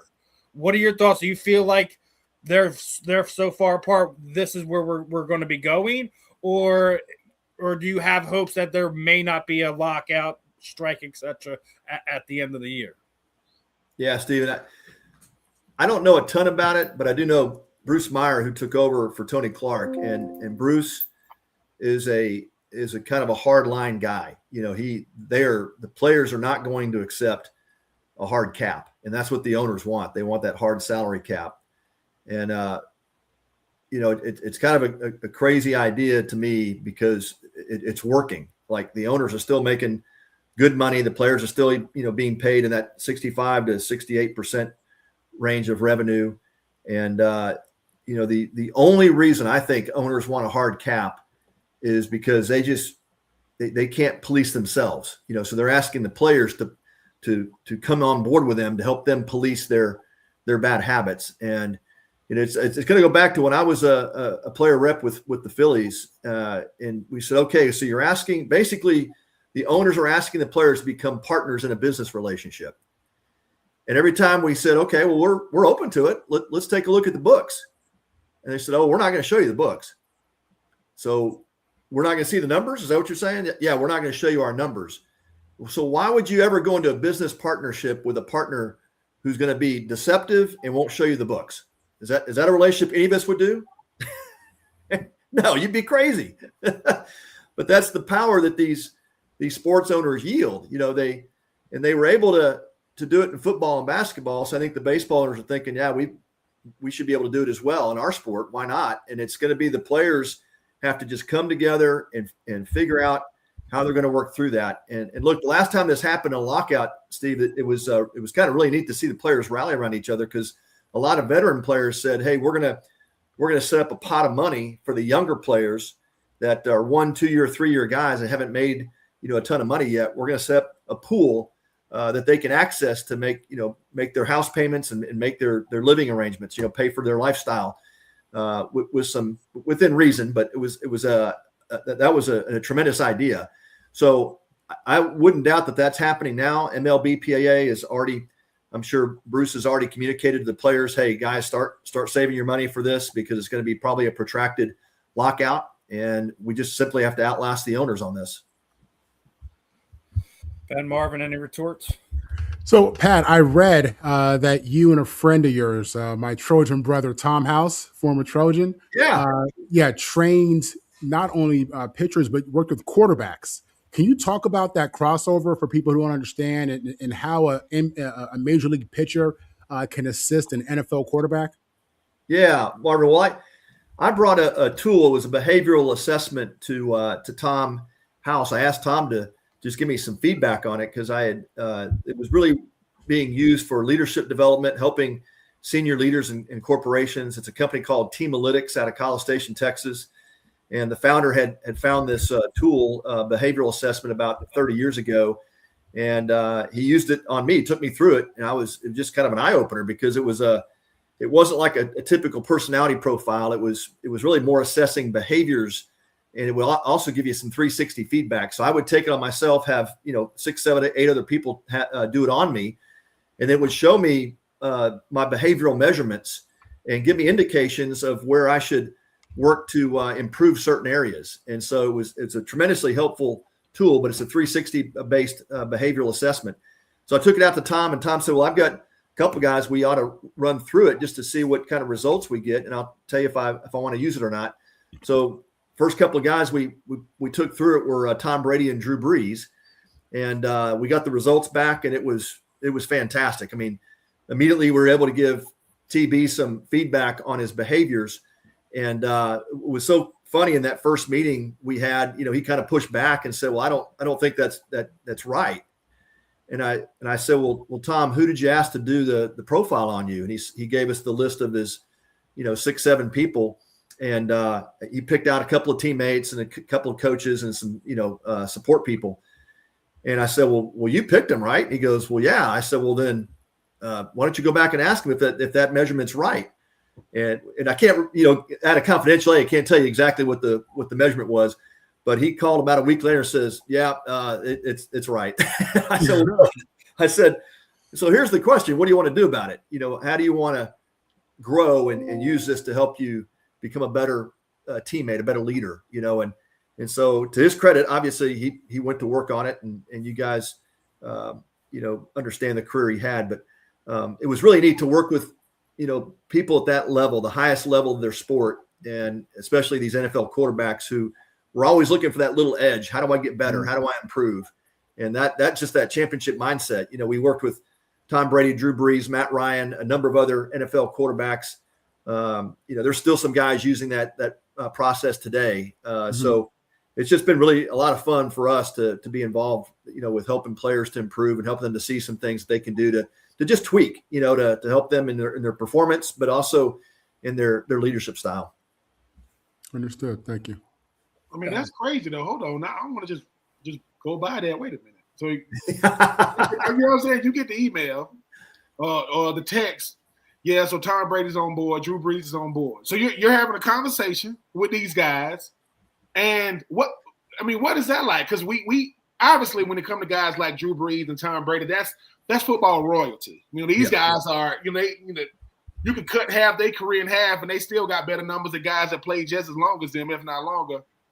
What does that do for you, like the respect level? Because for guys, they got to respect you before they even respect what you say. Like, they got to respect you first. What does that do for you knowing, look, man, I'm a pitcher. I'm a former major league pitcher talking to Tom Brady, talking to Drew Brees, talking to Matt Ryan, MVP, Super Bowl MVPs. I think Drew Brees just became a Hall of Famer. They can't even keep Tom Brady out. They might try. They won't be able to. Hopefully they'll do the right thing. But not saying that you was searching for validation, but that is the highest level of validation when I'm dealing with these guys, and you're not going to play the quarterback position better than them. When you got done working with them, what did it do for you? Because when you've been a pro athlete, man, we need to know. And we might not tell everybody, but hey, man, I ain't a pro no more, but I got a pro's mindset. I still think I got some valuable advice that I can give. So what did that do for you after working with guys like that? Yeah. Well, Bennett, we told these guys, first of all, we're behind the scenes, right? We never want to be out in front. And in Tom House, Tom brought such great credibility because of, who he was and how he coached and how he helped players improve. It just wasn't the mental emotional side. It was the mechanical side. It was the strength and, coordination. So, he called the 4 chairs to the stool to help create a great foundation for a player to achieve high performance. And so that was just one piece of it, the mental, emotional, behavioral side of it. So, what it did for me, I wasn't really as interested in that, Ben. I've consulted with a lot of companies, working with C-suite leadership teams, helping leaders and teams grow and become better performers, better team members. But so it helped us a little bit from the credibility side, but it really, I told these guys, I said, look, you will not see me doing interviews in the media to try to gain attention for me working with you. This is all confidential behind the scenes stuff. My goal, Ben, was simply to help them grow and improve and get better. And I had, coaches and people who did that for me. And so this was just kind of one piece of their growth equation. And so I was honored to do it. And we measured a lot of players over the years. We still do it. We still work with some of Tom's people, and they still measure these NFL quarterbacks. And we just worked with some college guys getting ready for the combine. But it really does. It measures things like urgency, intensity, the need to nurture, criticality, self-confidence, self-critical. So we take these behavioral measurements and we're able to help them say, hey, here's where typically high-performing quarterbacks tend to be within these ranges behaviorally. And if your data is outside that range, here's some specific steps you can do to help grow towards that ideal range. And so we get very granular in terms of what we can do to help them grow, and then we hold them accountable to it. And then they're getting feedback from their teammates and coaches as well about how they're doing with that growth plan. So it was just really an honor to work with those guys at that level and help them improve. That's awesome, Pat. The stuff that you're also getting in outside of the sport. So One last one that I'm gonna have, if Marvin or Ben have anything else that one of the things I want to ask you is, obviously we are today away from the World Baseball Classic, right? And it's been, and one of the things that I already told you I want to ask you, do you feel like over the last few years we've seen a shift from the prestige of baseball internationally as well, going more towards the Baseball Classic than we've seen in the past 20, 30 years, where it typically go towards our Olympians? Is that something you feel is accurate, or is the Olympics still where the you see some of the best international baseball games being played? Yeah, well, man, I appreciate it, Steve. I had a chance to play on the 87, 88 USA teams, and we played in the Seoul Olympics, won the gold medal. We were the first U.S. team to do that. And, no greater feeling in the world than being a part of those teams. And, as Tug McGraw said to us during a dinner one night, they were honoring us at a dinner before we went over to play. And he had us all stand up, and he walked around and touched each of us on our shoulder. Just thinking about that just gives me the chill bumps thinking about it. But he just gave us the charge. He goes, man, you're wearing the colors and the flag and USA across your chest. You represent not just yourself, but you represent this entire country. And yeah, we're all behind you, but here's the expectation level. You will win. You'll win the gold, and you'll come back and make us all proud. And just an incredible moment, to think about just the perspective of who we were playing for at that particular time, and so, I'm partial to the Olympics. I just think, once every 4 years, you get one shot at it, and, you're kind of working behind the scenes for 3 years up to that point to become the greatest team in that respective sport. So I'll always be partial to that. But I love the WBC. I think it's a great concept. I love when anytime players can wear the colors of their country and represent their homeland is just a tremendous amount of pride, and I love it. I love watching it. There's that to me is really the highest level of competition you're going to see outside of the championships and things that we see. But yeah, it's a tremendous way to view the game and be a part of it. Ben, Marvin, anything to retort on that? So, Pat, would you say that when you look at what you're doing now and leadership consulting, leadership development, this stems from your time as a professional athlete and just, understanding what it takes to be a lead? And are you pitching those principles? Is it everything you heard from all the coaches all your life that you've put together for these business CEOs? Yeah, Marvin, it really is. There's a lot of it. I've learned a lot along the way here, but certainly going back to my playing days and, playing for managers and coaches who were great leaders and I had great respect for, and then also playing for some that weren't so great. And, you kind of learn both sides of it, right? I was thinking to myself just the other day, I learned so many things from some of the managers that I didn't enjoy playing for, still learned, but also learned things not to do and how not to treat people. And so, I had the benefit of playing on both sides of that. But yeah, and look, it's been neat. I did leadership development for about 25 years, and then recently was asked to become CEO of an addiction healthcare company. So I just took that role on a couple of months ago. I built a wealth management practice in a private family office with my son. He now runs that. My middle son runs Combs Capital Partners.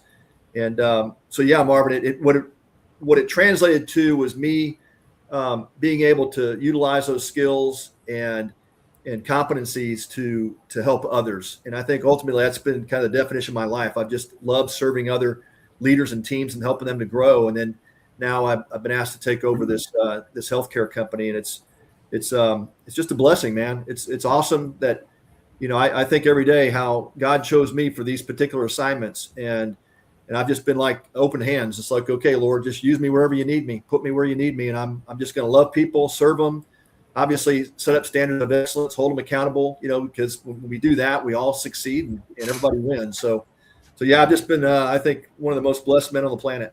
I think it's outstanding how you've been able to use your athletic background and your athletic experience and apply it toward youth, where you've just obviously written a book, but also it creates a foundation for what you're doing, in the corporate world, in business. And I feel like you've been able to really impact people whether they're young or older, through sports and what you've learned through sports and the lessons taught to you through sports. And these are the kind of stories that need to get out there, how sports really impact people and give you a platform to help serve others. I think that's outstanding.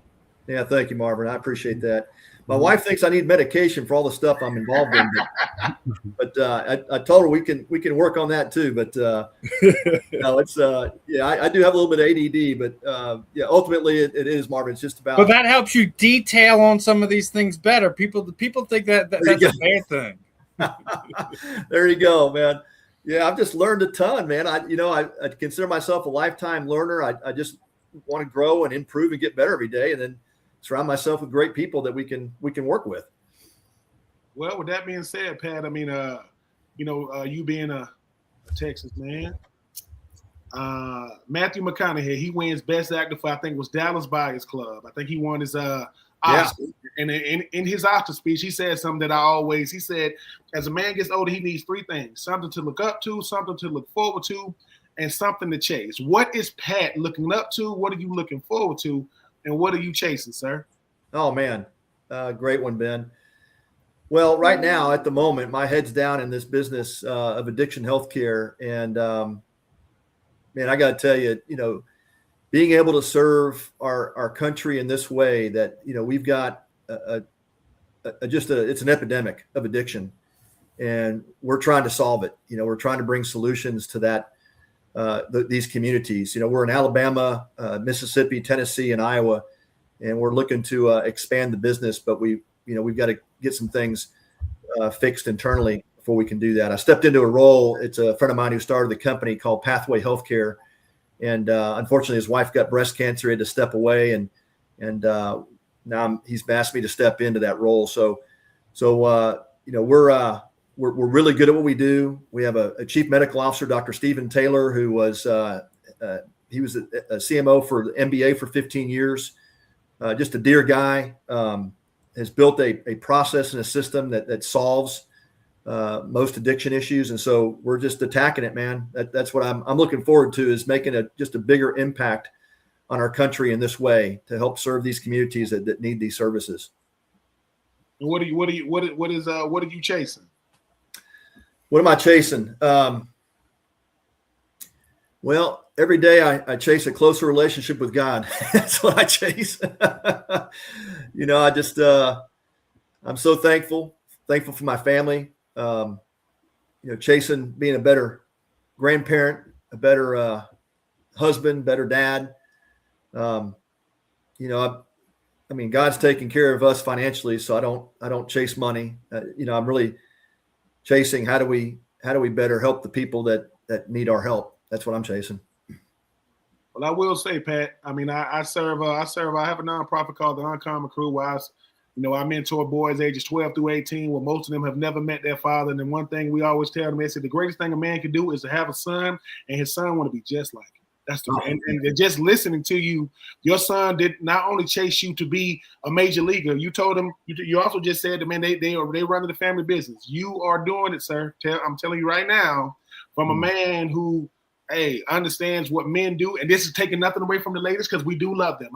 This is not doing tit for tat. I'm just saying we tell our young boys, whenever you meet your father, just hug him long enough, until he tell you got to let him go. And when you let him go, look at him and say, listen, I love you, and we can start right now. Because the greatest thing a man can do is have a child, have the child's name, have a son, his name be just like them, like Marvin Powell III. And they grow up and want to be just like you. Because if a son wants to be just like you, that means his hero, right, is who gave him life. So, sir, I'm just giving you your flowers right now to let you know, because you kept on talking about your sons, and they still chasing you. Hey, man, my dad, we got to visit with my dad. That's the greatest thing, because as men, we have sons. We just hope that our wives let us name us after them. Hopefully she can't stand my name so much that she wanted to be able to name a son after him. But I'm just listening to you, and you are doing it, sir. I think us as men don't do a good enough job of telling each other, look, keep doing what you're doing. You don't gotta, nobody can tell Pat how to be Pat. You know how to do it, sir. So keep doing what you're doing. That way, when I go back and I see him every Tuesday, I say, look, I just seen a hero now. What? I just seen one. Because yesterday we asked him who was their hero, and none of them said their dad. Like none of them said it. And I said, well, I do believe that one day when you become a father yourself, you're going to be a father to your son, what your daddy never did to you. But before you judge your dad, let him speak for himself first. Let him tell you what really happened. Good word, and man. Then you can move on. I said, because as my father would tell me, I said, son, you are my son. You are not my choices. But I choose you every day. So Pat, keep doing what you're doing, man. I get to tell my son all the time, my sons all the time, man. I just hope that something I do is worth doing when I can no longer do it. That's what legacy is. When I can no longer do it, somebody pick up that baton and they run their race and give it to her. Hey, God is the way, he is the only way. And I'm just happy to have known you, sir. And I can tell my daddy, I said, look, daddy, y'all daddies know what y'all doing, man. Y'all good ones. Y'all know what y'all doing, man. I'm trying my best not to tuck my shirt in to my pants. I'm not my daddy yet. I look like him. If y'all see me in my t-shirt and tucked into my jeans, I have officially become my father. Because I go, daddy, you going to the refrigerator. Yeah, why you tucked in? Well, son, he said you never know who watching. In the house, you can untuck. But it's what he does. It's what he does. Good word, man. Yeah, thank you, man. What a blessing. Yeah. I think if we can, you talked about legacy. If we, we're all going to pass that baton. And I always ask, dads the same question: what color baton are you going to pass? What's it going to look like when you pass it along, and what will that legacy be? And so, good word, man. Thank you. Appreciate you, sir. Appreciate it. And listen, I hope, and we're gonna be vowing to get you on this committee, this voting committee for MLB because it ain't working. Something ain't clicking. Let you in there. Next thing you know, boy, Pat, you talking about legacy. You be like, Pat, when you were to decide to vote, yeah, I got Kurt Schilling in, I got Barry Bonds in, I got Dale Murphy in. Yeah, man, got him in. Right. Got all the Pete Rose, got him That's in. Right. Yeah, got him in. Of course, Sammy Sosa. Of course. Awesome, guys. Well, keep it up, man. I appreciate you having me on, Steve. And it's always a pleasure, Pat. Marvin, any parting words before we let Pat go? Pat, thankful for your presence. Thanks for coming on and sharing today. And just good luck with everything you have moving forward. Thank you, Marvin. Appreciate you, Ben, Steve. Guys, it was a joy to be on with you. Let me know. Likewise, Pat. How I always do this is throw the proverbial microphone over you. Anyone like to thank? Shoot out your social sites. Let people know where they can get your book, etc. The time is yours, my friend. Yeah, thanks, Steve. Well, the book you can buy it. It's on any of the major booksellers, Amazon, obviously. So, yeah, feel free to pick up a copy. It's written for parents and coaches that are involved in youth sports. But that was my COVID project, so it's still pretty fresh. But, man, just thankful to be on with you guys. Thankful for the baseball community. It's amazing to me, Steve. I still get probably 10, 12 letters a week from folks asking for, signatures on cards and talking about, when I played with the Phillies. And such an honor and a blessing to be a part of that. But, appreciate you guys. Anytime you'd like me to come on, just let me know. Yeah, definitely. I know Scott is itching to get you on, so I'll probably have to give you his email so you guys can work out a time and day to get you on his 108 Stitches baseball talk. But it's always a pleasure catching up with you, hearing your thoughts, about sports in general, and we'll definitely have you back on here in the future, my friend. Great, guys. Take care. God bless you. Bye-bye. All right, everyone. That was Pat Combs. Always fun catching up with Pat. I know I'm a little partial to him because he did play for my Phillies, but he always has great insight, and that's why I love picking his brain. What are your guys' thoughts? I know we went all over the place with Pat, but Marvin, what are your thoughts, brother? Yeah, it's a great interview. This guy's done a lot. He's played Major League Ball. He's produced another, pro baseball player. He's impacting the youth through his literary works. He's in finance. I mean, he's helping NFL guys, move forward. I mean, he's really staying busy, having real impact. I enjoyed the time we had with him today. Likewise, Ben. What do you think about Pat? Yeah, I agree. I think sometimes when you start talking about what can I do once my post playing career is here, Pat he's a direct example of that. You say, hey, I'm gonna throw my hat in a lot of rings. Everything is not gonna go my way, but the things that do, I mean, he's talking about the fact that what he does in the mental health space, what he does with current and future professional athletes at the quarterback position. what he's doing with his sons, wealth management, talking to these CEOs, helping them grow their companies, and even helping his friend who he mentioned that his wife has breast cancer. We definitely praying for her with that. And I think Pat is a renaissance man. You know, the one thing they say about professional athletes, they say, you guys think you guys can do it all, huh? Yeah, prove me wrong. Prove that I can. You know, so yeah. And like I say, as my father would say, man, listen, while getting older is inevitable, getting old is a choice. Pat chooses not to get old. I'm getting older. I'm not old because I still got a lot to give. So yeah, shout out to him, man. I hope they run into him. I mean, because he seems to have his hat in a lot of rings. And the great thing he said was, man, I don't got to worry about the financial side. I'm good. That's what everybody wants. To say, I ain't got finances, man. If I ain't got to worry about the money coming in, I can really work. I can really show you what I can do. So, man, shout out to him. Yeah, definitely it's fun always catching up with Pat. Parting shot, you guys, before we wrap this one up, Marvin, then Ben. Lord have mercy. 19 years married yesterday. That's, I'm thankful for that. No doubt about it. And I encourage all these young couples in love to fight on. Just keep going, y'all. Just keep going. Keep going. Ben, your thoughts? Marvin, congratulations to you and the missus, man. I know you and her have been together a long time. She is battle tested. Y'all are battle tested. I'm congratulating. She's battle tested for sure. No doubt about it. If you don't think that your wife knew that she was gonna make it through it because of who her partner in life is, like, man, I know who I got next to me. Sometimes when I know that, look, if I don't got it, she said, I know he got it. If I can't do it, he gonna do it.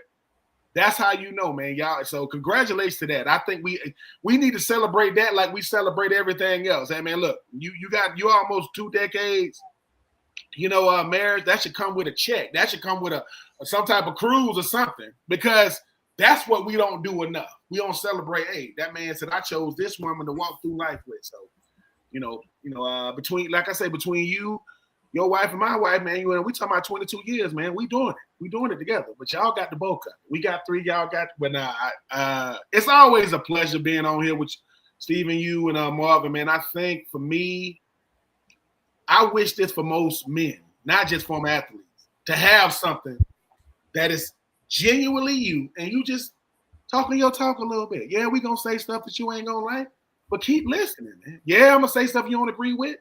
Like I say, you come to the fan in the end for 3 things. You come for the nuance, you come for the nonsense, but you stay because it makes sense. So keep coming. It's always a pleasure coming on here and having our interviews, having our general sports talk. It's always fun. It's always interesting, and we all have our own unique points of view, and that's what I love sharing with everyone. But other than that, this was another great episode here of The Fade in the End. We keep your guys locked in. We got a bunch of interviews. I do, at least, with some more of these bare knuckle fighters. I do got a fun one with Sam Alvey coming up. I may have a special guest dropping in on that, having a fun conversation with Sam. But other than that, I'm Steve. He's Ben. That's Marvin. We'll catch you guys next week, my friends. Peace on out.